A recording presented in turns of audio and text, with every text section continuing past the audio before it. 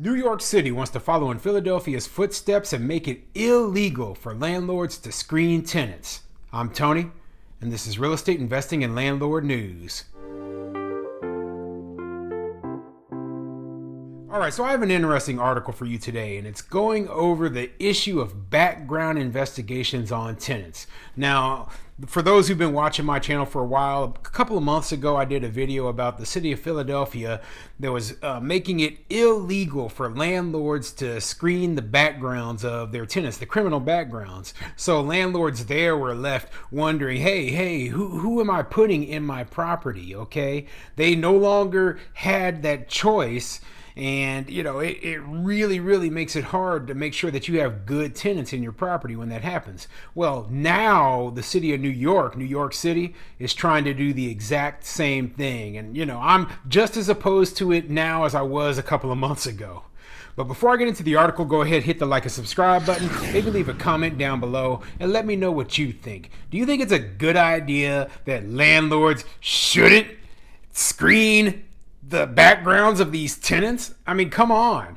I mean, who knows who you're putting in your property? I mean, it would suck if you're putting somebody in your property who's a violent criminal or, you know, who's a thief or, you know, a sex offender or whatever. I mean, I'm all about giving people second chances, but come on. We have to have some level of caution when we're putting a new tenant into our properties. And these sort of laws, they take all of the the ability of a landlord to protect their property away from them. So this article, it's coming from newyork.cbslocal.com, and it says, landlord groups fume as New York City Council mulls proposal to prevent criminal background checks of potential tenants. So let's hope they discuss this issue well and make a decision not to do it. But let's see what the article says. There has been an 11th hour attempt by the City Council to pass a controversial bill that would prevent landlords from doing criminal background checks on potential tenants. It could affect residents of several million rental apartments, condos, and co-ops, CBS 2's Marsha Kramer reported. Landlord groups were in an uproar Wednesday, charging that the safety of millions of tenants is on the line if the lame duck mayor and lame duck city council ram through a bill that prevents them from checking the criminal histories of people before they allow them to move into their buildings. Yeah, and that is, just an absolute great point, okay? The people who are going to be most affected by this, they're not just the landlords. They're going to be the other tenants, the people who have to live with these criminals. And, with the landlords being unable to screen them out, weed these people out, then these people could be terrorized by violent criminals, by thieves, by who knows how many bad people can slip through the cracks and terrorize these other tenants. But the fact that there is a lame duck mayor, a mayor who's not going to be serving come January, who's trying to push this kind of thing through, not surprising, okay? They always try to push through all these weird rules and regulations right at the end of their terms and, hope that the oncoming mayor doesn't want to change anything. So I'm hoping that this doesn't pass, and that if it does, that the new mayor, whoever that is, decides, hey, this is ridiculous. We don't need this right now, and it's not helpful. Murder, assault, battery, drug dealing, gun running, sex crimes, said Joseph Strasburg, president of the Rent Stabilization Association. Strasburg, the head of the largest organization of apartment building owners, ran through a partial list of the crimes landlords would be unable to check for before renting apartments to prospective tenants under a new bill sponsored by Councilman Stephen Levin. People with children want to know who their tenants are, and putting blinders on the owner and not telling the tenant, I think, is a disservice. And this experiment of social engineering is going to really result in chaos and increasing crime that's going to occur in buildings, Strasburg said. The bill would affect an estimated 2.6 million tenants of co-ops, condos, and rent-stabilized buildings in the 5 boroughs. It would not affect the more than 500,000 people who live in 335 New York City Housing Authority developments.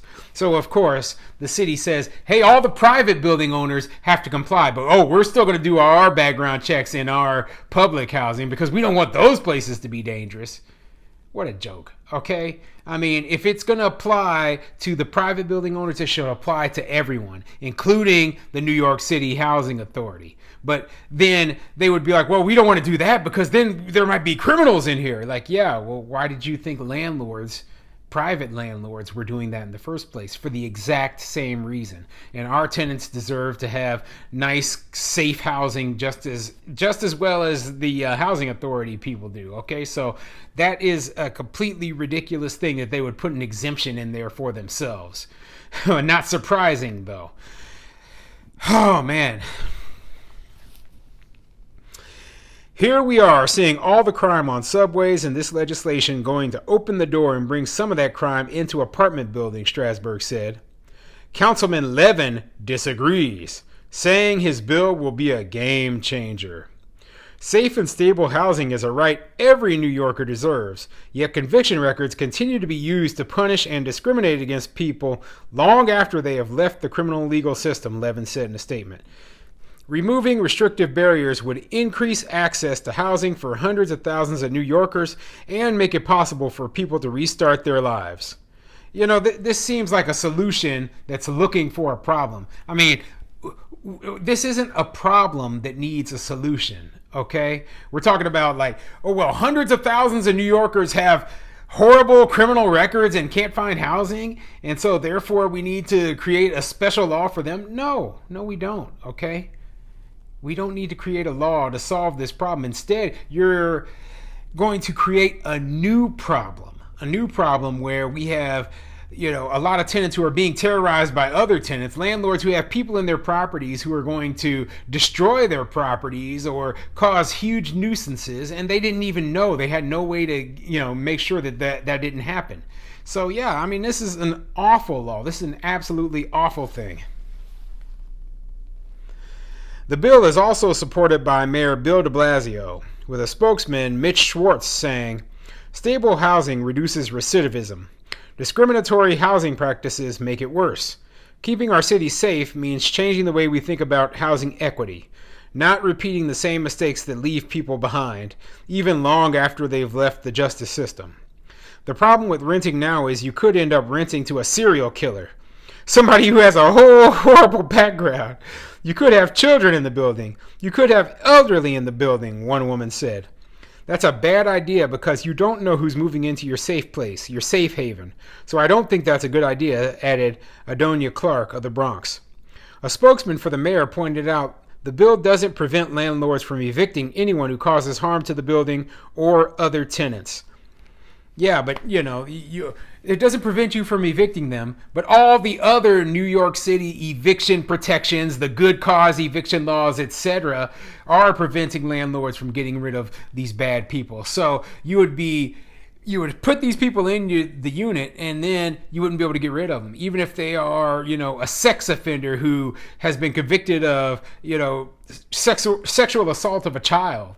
Long as they don't break any of these other little rules, you wouldn't be able to get rid of them. And see, that's absolutely awful, okay?